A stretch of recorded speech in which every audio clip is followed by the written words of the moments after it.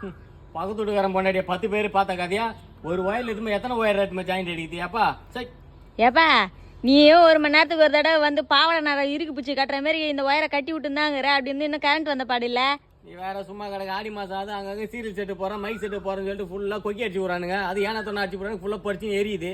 எனக்கு ஆசை எனக்கு இது கூட பரவாயில்ல. அடுத்த மாசம் புளியா சேர்த்தி அவரு என்ன பண்ண தெரியல தெருக்கு 4 வைப்பாங்க நினைச்சாலே ஈரக்கொள்ளலாம் நடுங்குது எனக்கு. சரி அதெல்லாம் விடு. இந்த கரண்ட் பில்லு கம்மி பண்ணுறதுக்கு உங்களை மாரி ஆளுங்களுக்குலாம் நிறைய ட்ரிக்கு தெரியுமாமே. எனக்கு ஒன்று சொல்லலாம். என் ஃப்ரெண்டு கிட்ட கேட்டேன் என்ன ட்ரிக்குன்னு.